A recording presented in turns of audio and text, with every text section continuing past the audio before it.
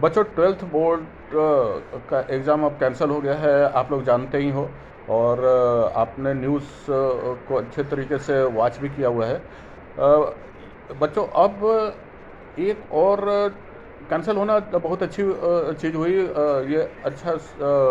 Gift दिया है एक तरह से हमारे आदरणीय प्राइम मिनिस्टर ने बच्चों को, और उनके सेहत का ध्यान रखते हुए। और ये एक अच्छी चीज़ हुई। अ, अब लेकिन एक उसके पैरेलल अब एक और जो सबसे बड़ा प्रॉब्लम है कि इंटरनल असेसमेंट को लेकर के। इंटरनल असेसमेंट बच्चों, एक इसलिए उस पर हम लोगों को गौर करने की ज़रूरत है कि क्या क्राइटेरिया और क्या गाइडलाइंस निर्धारित करे सीबीएसई, ताकि फेयरली सारे बच्चों को एग्ज़ाम सीबीएसई बोर्ड के मार्क्स मिल सकें उनको, और किसी भी एग्ज़ाम में बैठने के लिए फ्यूचर में वो एलिजिबल रहे। क्योंकि देखो बच्चों, होता क्या है, स्कूल मैक्सिमम स्कूल्स में फेवरेटिज्म भी एडॉप्ट की जाती है, जो मैंने अनुभव किया हुआ है। जिसमें कुछ ऐसे बच्चे होते हैं जिनको इन्फ्लेटेड मार्क्स दी जाती हैं इंटरनल एग्ज़ाम्स में, और जिसकी वजह से उनके तो मार्क्स बहुत अच्छे आ जाएंगे ऑब्वियसली, चाहे वो उसके उतना अचीव करने के लायक हों या ना हो तो बहुत अच्छी बात है। फेयरली उनको मिला उतना, लेकिन अगर इन्फ्लेटेड बच्चों को मार्क्स मिला तो फिर क्या होगा, ये सोचने वाली बात है। इसलिए और प्रधानमंत्री जी ने ये कहा है कि किसी भी बच्चे का कैरियर फ्यूचर में अफेक्टेड ना हो, ऐसा गाइडलाइंस सीबीएसई को बनाना चाहिए, और ये बहुत ही ज़रूरी है। पार्टिकुलरली बच्चों, अब जैसे फॉर एग्जांपल जैसे JEE में अपीयर होने के लिए, एग्ज़ाम ही देने के लिए 75% का क्राइटेरिया है, तो ये कैसे बच्चों का आए 75%, इसके बारे में सीबीएसई को सोचना चाहिए, क्योंकि ऐसा निर्देश है प्राइम मिनिस्टर साहब का। दूसरी चीज़, नीट का भी एग्जामिनेशन जो है वो भी उसी तरीके से हो, और मेजर सब्जेक्ट्स उनके जो हुए हैं फिजिक्स, केमिस्ट्री, मैथमेटिक्स JEE के लिए और इंग्लिश के साथ, और हालांकि JEE में इंग्लिश नहीं आता, फिर भी इंग्लिश के साथ कंसीडर करना चाहिए सीबीएसई को, और नीट के बच्चों के लिए फिजिक्स, केमिस्ट्री, बायोलॉजी और इंग्लिश वहाँ भी कंसीडर करना चाहिए, और उसमें अच्छे मार्क्स देने चाहिए। अब इंटरनल असेसमेंट का क्राइटेरिया तब क्या हो, इस पर हम लोगों को गौर करना होगा, और जो कि एडॉप्ट करे, और मुझे उम्मीद है कि वो गाइडलाइंस सीबीएसई एडॉप्ट करेगी। अभी तक बच्चों आपने प्रैक्टिकल का एग्ज़ाम दे दिया है, यानी कि जिसमें project work, viva, along with experiments, सारी चीज़ों का मूल्यांकन करवा लिया है प्रैक्टिकल बेसिस पे, और बोर्ड के द्वारा, यानी कि बोर्ड के द्वारा निर्धारित जो भी एक्सटर्नल्स थे उन्होंने इवेल्युएट करके आपको मार्क्स दे दिए हैं। तो ये बहुत बड़ा फैक्टर है, जो कि पहले क्या था कि 30 मार्क्स का ही ये था, और 70 मार्क्स का थियोरी पेपर आपका। तो अब ये उलट जाना चाहिए, और वेटेज ज़्यादा इस पे ही हो, क्योंकि एक 30% का ऑलरेडी सीबीएसई ने एग्ज़ाम ले लिया था, तो उस अब उस that should be taken as 70%, और 30% ही वेटेज होना चाहिए जो इंटरनल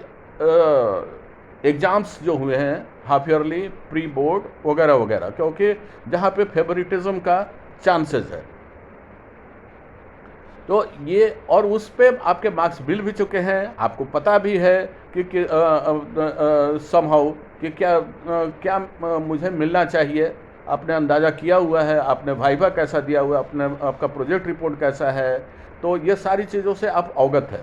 लेकिन जो अंधेरे में जो चीज़ें हैं वो इंटरनल मार्क्स के बारे में भी आप जानते हैं कि क्या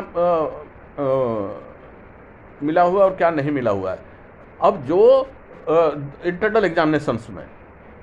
यानी, बट उसमें अगर फेवरेटिज्म हुआ है, क्योंकि उसमें कुछ क्राइटेरियाज ऐसे भी होंगे कि कितने आपने ऑनलाइन क्लासेस ओमिट किए, जो कि आपने ओमिट किया हुआ है ड्यू टू वैलिड रीजंस कि आप किसी ना किसी कोचिंग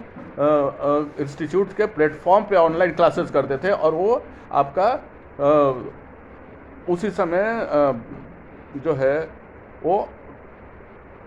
कॉन्साइड कर रहा था इनफैक्ट जो स्कूल से ऑनलाइन क्लासेज हो रहे हैं, जिसकी वजह से आपने उस ऑनलाइन क्लासेज स्कूल के छोड़े। तो ये क्राइटेरिया निर्धारित करने के साथ साथ ये भी देखना चाहिए सीबीएसई बोर्ड को कि क्लास 10 में बच्चों ने क्या लिया, बच्चों के मार्क्स कैसे आए, और क्या उस हालत में वो निर्धारित करें कि क्या बच्चा जो है how much sincere in his और हर स्टडीज। तो ये उनको क्रिस्टल क्लियर हो जाएगा कि ये बच्चा तो काफ़ी अच्छा है, इसके 90% मार्क्स आए हुए हैं, 95% मार्क्स आए हुए हैं क्लास 10 में सीबीएसई के, तो ही और she is a good student. And now अगर if he has left some internal examinations, what is the reason. तो ये बहुत बड़ा क्राइटेरिया होना चाहिए। लेकिन अब सबसे बेस्ट है कि आपका प्रैक्टिकल के एग्जामिनेशंस हो चुके हैं तो उसको 70 में रखें और 30 में ही इंटरनल एग्जामिनेशंस वगैरह में रखें, और जिसमें इस 30% में क्लास 10 के मार्क्स का भी वेटेज दें। तो and that is the valid point also, तभी बच्चों के हक में जाएगा और बच्चे फ्यूचर में जो है वो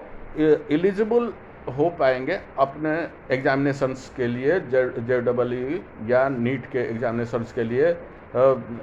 इनफैक्ट अगर किन्हीं ने ड्रॉप लिया तो ये और दूसरी बात, जो बच्चे क्लियर भी कर ले रहे हैं तो वो ये JEE और नीट के एग्जामिनेशंस उनको भी तो आगे जा कर के ये किसी ना किसी जॉब के लिए इंटरव्यू को फेस करना है। तो वहाँ भी अगर अच्छे मार्क्स मिलते हैं 12th का तो वो एक अच्छा सिस्टमेटिक पोर्टफोलियो लगेगा, राइट फ्रॉम क्लास 10 में this much good marks, class 12th में this much good marks, and professional courses engineering में या मेडिकल में MBBS में इतने अच्छे मार्क्स, ये सारे मिला करके वो ओवरऑल इम्प्रेशन बनेगा इंटरव्यू का बच्चों के कैरियर के प्रति। तो it will be A plus point if all this criteria and guidelines will be followed by CBSE। और प्रधानमंत्री साहब का प्रधानमंत्री का ये भी कहना ही है कि बच्चों के हक में डिसीजन ली जानी चाहिए,